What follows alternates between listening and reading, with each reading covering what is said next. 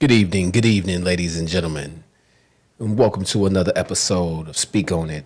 It's your host, your boy, Mr. Anthony. I appreciate y'all spending some time with me. Before we even get started, y'all know the drill. I need you to hit the like button and smash that subscribe. Once again, hit the like button, subscribe to the channel. So here we are, man. We speaking on it, and it's just some sports talk. It's a lot going on out here right now. The Bears is making major. Hold on, y'all see it? Let me get out the view of the mic. You see that? All you haters, here it is. Yeah. Anybody that know me know I'm diehard Chi-Town Bears all day, even through the worst times. Ain't nothing like them Dallas fans though. They delusional. At least we have a grip on reality when it comes to this thing, knowing that it's a work in progress, man. It takes time to build a championship team, and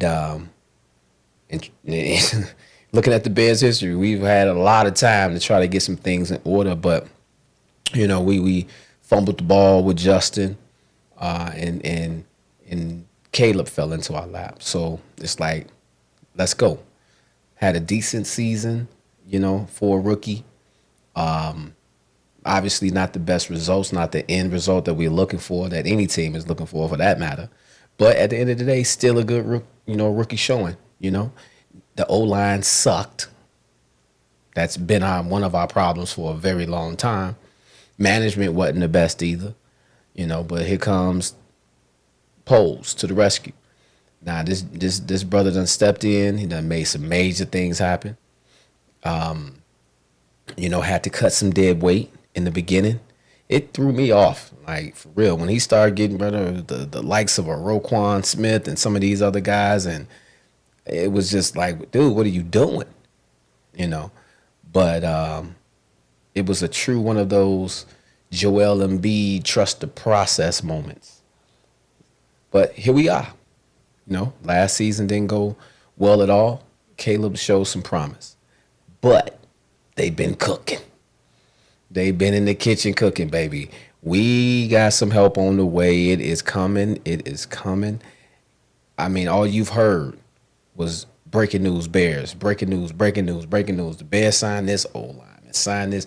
Man, I got some footage I want y'all to check out, too. And before we even get started, before I stop dropping any clips, any audio from any clips, want to give copyrights out, fair use. Any audio or video being used is for educational and entertainment purposes only. Once again, copyright.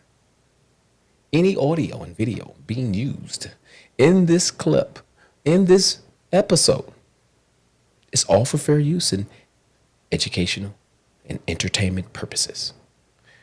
All right, now that shit out the way. I took a historic amount of sacks, literally top 3 in NFL history in terms of sacks, and he still had 20 touchdowns against 6 picks.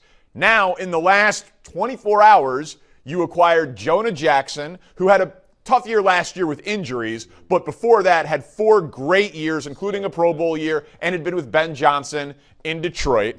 And now Ryan Poles, who's a former offensive lineman who was in Kansas City when they acquired Joe Thuney. So now your coach got Jonah Jackson because he knows him from Detroit. Your GM knows Thuney because he brought him to Kansas City. And this dude played left tackle, left guard, was with the Patriots, was with the Chiefs, never misses any games, an all-pro player. And now the interior of your offensive line, because remember, the Bears have top 10 cap space in the NFL. Darnell Wright's a good right tackle. All of a sudden, right tackle, right guard, left guard are very good football players. And you have the ammunition in the draft to upgrade one more spot on your offensive line at least. The Bears are cooking, baby. The Bears are back. Put a pizza in the oven.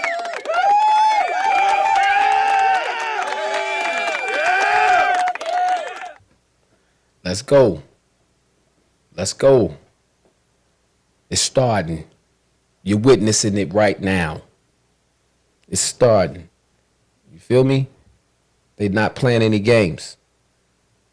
Top 10 in cap space. You got money and draft picks? Like, you've done this, and We ain't even made it to the draft. We haven't even made it to the draft. This is going to be love. Now, I got another clip I'm going to bring in here. This one was hilarious. What's the brother name over there in Detroit? The receiver, St. Brown, Armand St. Brown. This is him on his podcast talking about the moves that the Bears are making. Check this out. I feel like the Bears have unlimited fucking money. This shit's crazy. Every time they're just signing new shit for like 40, 50 million dollars. Boom. Hey, yeah, they're trying to make Joe shit shake. Boom. Jonah Jackson, bang. Drew Dahlman, bang.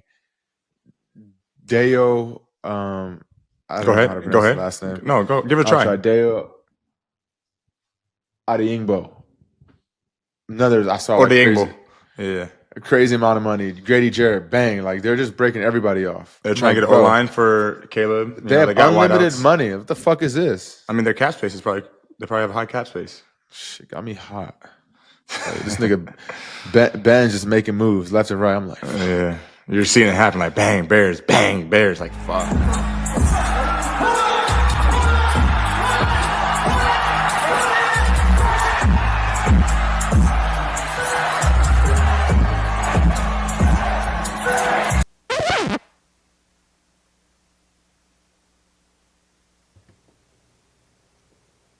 Yeah, you should be hot, bruh. Because we finna come for y'all ass. It's not a game. We are not playing, man. Pose is making moves. Ben Johnson comes in making moves. Going to get familiar people that you're familiar with, people who knows the system that you may run or who can catch on to the system very quickly. Pose is recruiting from over there in Kansas City, players affiliated with Kansas City, because he helped build that thing, that monster, that machine they got going over there.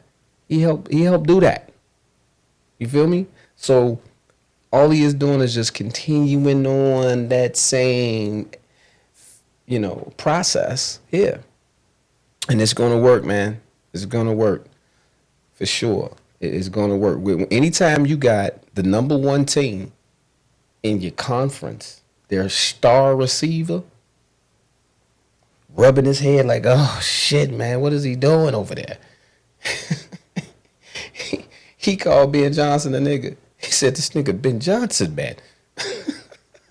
Like, straight up. Like, this dude white as the driven snow. But he looked concerned. He really looked concerned. So, y'all check on Armand. You good, bro? Shout out, Mr. St. Brown. It's going to be all right. We'll see you. We tear y'all ass up because we coming for the crown, baby. It's not a game. Straight up. It's not a game. You heard it here first. And we let go a couple people, too. Defensive end Marcus Walker and the tight end Gerald Everett. Now, this move alone freed up $10 more million in cap space. So all of those moves that was pissing me and a lot of other Bears fans off that Pose was making, that we thought like, dude, what are you doing?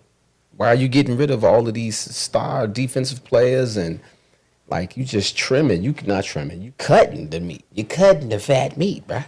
We need these people, but here it is. Trust the process. Takes a little bit of time. Dynasties are built.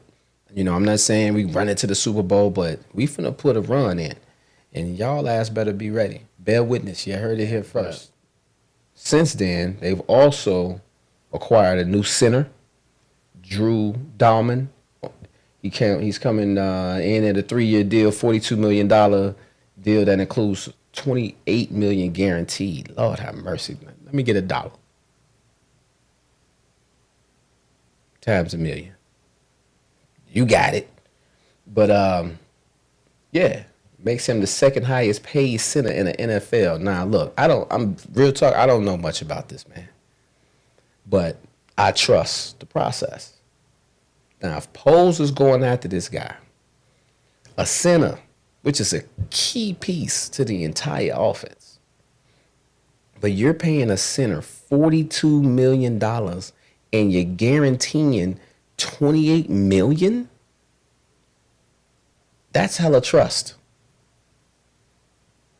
That's hella trust. And a center position gets pounded. They're basically the first person to get hit. You know what I'm saying? You got all your linemen into the left and the right of you, but still, it's like the first in the battle. Like you're storming Normandy, right? You're the first one to catch it. So, but, which means you could be prone to injury. But at the same time, they trust this cat. So I'm going to believe that he know what the hell he doing. 42 mil, 28 mil guaranteed. That's a beautiful thing. But, hey, we making moves. That's what it is. So that was that. Now, we also went on and we signed two-time Pro Bowl defensive tackle Grady Jarrett. 3-year, $43.5 million deal, $28.5 million fully guaranteed. Bananas. You talking trust. This is why Amon St. Brown was rubbing his head in that video. He concerned. We're putting the league on notice. We're putting other teams on notice. The Bears is back, baby. Y'all ready to do the Super Bowl show? We are the Bears, shuffling crew, shuffling on down, doing it for you. We're so bad, we know we're good, blowing your mind like we knew we would. You know we're just strutting for fun, strutting our stuff for everyone. We're not here to start no trouble, we're just here to do the Super Bowl show. Also, defensive end, Deo, this is the name that our mom was trying to say. He couldn't get it out. I'm going to tear his name up, I swear. Odingbo. Odingbo.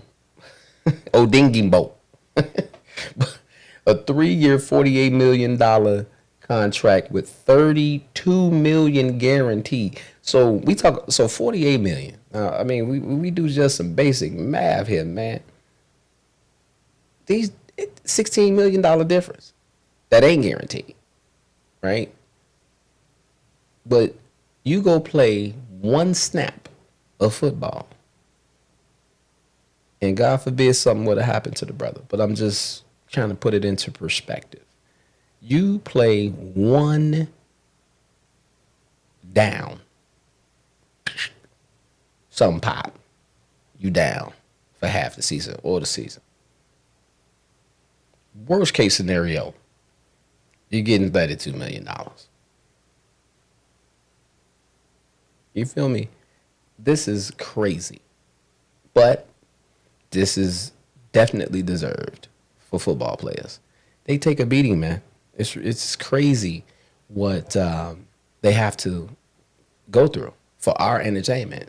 These brothers get paid well to do what they're doing, and it's their passion. So they know what it is. It comes, it's a part of the game. It comes with an injury, with any sport for that matter. For them, some is obviously less contact than others, but this being a full man contact sport is expected. So, but man, that's a lot of money. But it's going to the right people, and they coming to the right place. So get ready, baby. The Bears, baby. Get ready. Yeah. Yes, sir. Yes, sir. All right, so we're going to touch on something that's been going on running around through the NBA. I know y'all heard it. This whole Bronny James, LeBron James issue with nepotism and, him being able to get Bronny on the squad because of who his dad is, etc. And then this altercation, well, not an altercation, more of a man-to-man discussion between LeBron and Stephen A. Smith courtside at the Lakers game. He approached the man, spoke to him aggressively in reference to his son. Stephen A. Smith is all of you know, most of you sports fans out here know that he's one of the most known sports commentators out there. has one of the biggest platforms, the number 3 show on the number 1 show. I'm sorry, on ESPN sports show, and it may be number 3 overall, but nonetheless, a lot of eyeballs, a lot of people tune in to watch the show. So he has done nothing but, in my opinion, but critique Bronny based on what he saw, calling it like it is. Right now, the man's game is trash. It's complete garbage. And it's only G League worthy. He's not ready. He's not NBA ready. There's so many other people that spoke on this same thing out here. So many other commentators on different networks, all of YouTube, the internet in general has just been, killing this kid. Is it fair to him? Not necessarily, because, he's going to pretty much walk whatever path that his pops lays out for him. But he stepped to him courtside because he spoke the truth about Bronny's game and how he got in the slot that he currently has. Now, LeBron stepped to him with some, issues and concerns about some of the stuff that he done said about Bronny, which, in my opinion, were all the truth. But from me being a father of 3, I absolutely understand where he's coming from in reference to wanting to protect your child when you feel that they've been targeted. You got to step in and make sure that you secure that. But at the same time, is that helping Bronny? He a grown man now in a grown man sport around nothing but men, right? And they're gonna test him first off because he's your son. You're one of the best players to do it, right? So what are you expecting? And then, you're using your power, which is cool. You put your kid on, but you got to understand what you putting your kid on to. What position, are you putting your kid in? Now, he's financially prospering from this, as in Bronny. Got like the number 1 selling jersey. The man, ain't been in the league, but we're not even a full season yet. So, but he got a lot going on from a financial aspect. But at the same time, this thing is out of control. My opinion, LeBron should have pulled that man to the side and addressed, whatever concerns he had about how he's critiquing his son. But I was watching Ari Spears, the comedian, on I think he has a podcast. I'm not sure, but it was a clip. It was a short on the gram, and he mentioned that. He brought up something that I had forgot about in reference to early in LeBron's career when he was playing with the Cavs. It was a situation, I can't recall who they were playing, but it was a situation on the court where he got into a little shuffle, a little scuffle or whatever with a couple of the players from the opposing team. And I guess, with some pushing and shoving. I don't believe it was any punches thrown, anything along that line. But either way, LeBron's mom was sitting courtside. Now, mind you, this is early in his career. Not sure what year it was, but it was early. And she decided to get up off. She got out of her chair and got in the mix of this situation. And LeBron quickly, I'm going to find that clip, but my understanding, LeBron quickly shunned her or got a hold of her or whatever he did. It was like, yo, I got this, Mom. You can't come out here trying to protect me on some, this my baby type stuff. Tell you, this is why I have a problem with LeBron. One of the reasons why I have a problem, because LeBron is a hypocrite. And I kind of wish that Stephen A hadn't backpedaled just because of LeBron confronting him. One of the first things that Stephen A. Smith said was, LeBron didn't approach me as a basketball player. He approached me as a father, which I could understand. So now let me go back to my point. So when LeBron's mother did that, LeBron specifically yelled at his mother, sit your behind down. Because LeBron knew that, hey, I don't need you to save me. You know, I know I'm your son and you're my mother and I'm your child, but I'm a professional basketball player playing a professional sport. And this comes with it. So I don't need my mommy to save me. Well, why is this any different? Stephen A. Smith is a professional commentator commentating on a professional sport. He's doing his job. But because now it's LeBron's son, he feels the need to come in and save his son the way his mother tried to save her son. You can't have it both ways. His son is a professional basketball player playing a professional sport. He don't need his daddy to jump in and save him. So the same way you told your mother, LeBron, sit your ass down, you know what, LeBron? You need to sit yours down. Stephen A. was doing his job. Nepotism is why your son is in the league. And that's what Stephen A. was pointing out. We know that your son don't deserve that spot. Not over somebody who's more qualified, but it is what it is. Because daddy came to the rescue twice. This is a grown man's game. Can you imagine that? Can you imagine, especially your moms? So, but imagine that you in this grown man game with all these other grown men, it's gonna get hot. It's gonna get heated. There's gonna be situations where it's gonna, it may pop. But they only gonna let them go so far anyway. And plus, they bread on the line, careers on the line. It ain't gonna go too far. But imagine your mama coming to your rescue, though. How that's gonna look? Be known as the mama's boy, rest of the season, rather. My bad. Come on, man. Don't nobody want that. Don't nobody want that. So, but the point I'm trying to make is that when this happened to you, you jumped into the situation and said, Ma, no, you can't do that. I need you to pipe down. Why didn't you let Bronny experience the same thing? Or that come into your mind and say, hold on. Now, this happened to me. This dude gonna have to take the smoke. That's where you come in, you sit down, you have not that he's probably not doing that, but you have a talk with your kid, man. Like, look, this thing gonna get hot. And I'm sure him being in this game, meaning LeBron being in this game as long as he been in the game, he know what come along with it. He know the ins and outs. He know the pros and cons. Prep him. But don't come to his rescue and step. And there's been all types of other people talking about your kid with names. You step to the brother, though. Come on, man. Come on.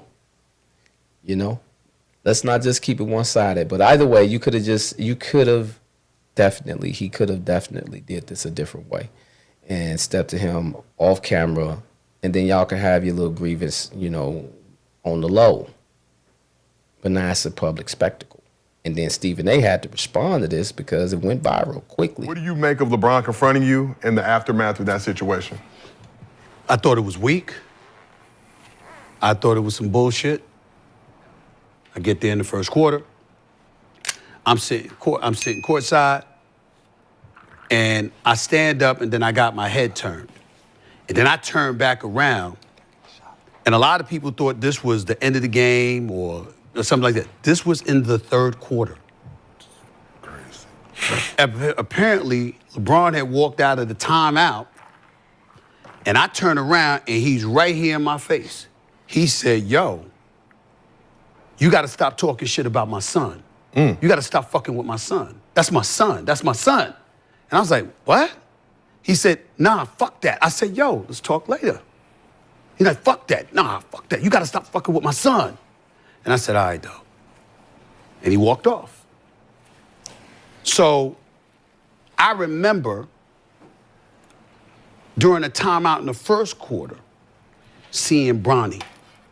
And Bronny looked over at me. And he had this sad look on his face. And I'm imagining Pop saw that shit. It hit him. Yeah. And he couldn't hold it, and he rolled up on me. And so when I went on the air the next morning, first things first, believe it or not, I know this is shocking for people to believe, but I didn't have any intentions on talking about it. until I woke up that morning and saw that the shit had gone viral. Once the shit had gone viral, the bosses at ESPN, now you gotta talk about it. This is you and him. You gotta talk about it. I said, fine. So I go on the air and I said, the first thing that I'm gonna do is establish that this was a father talking to me, not a player. LeBron, you pull strings to get your kid into this situation. You did this. If you would have told him, son, you're not ready, stay in college another year, stay at USC another year and develop your game. Or if you're going to bounce now, we're going to do the one and done. Come on, let's do this G League thing. Go dominate. Go dominate. You'll make tons of money over there. But to kick off the season, we're going to have you go ahead. We're going to do this first game, have you come out, play, and do the historical thing, get that under our belt, and then you go into the G League to develop. You're still going to have the #1 selling jersey more than likely. You're going to get all of the highlights. Anything you do, if that boy go on that court and walk past the camera and fart, it's going to make prime time. You hear me? It's going to make prime time. So go over there. Run it. Like I'm running this over here, you go run the G League. You go run the G League. Imagine that. LeBron running the NBA.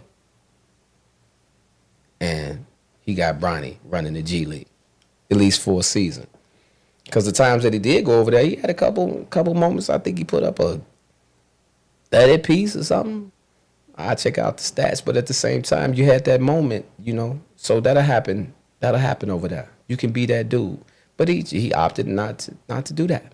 I was listening to a couple other people. Shout out Bubba Dub.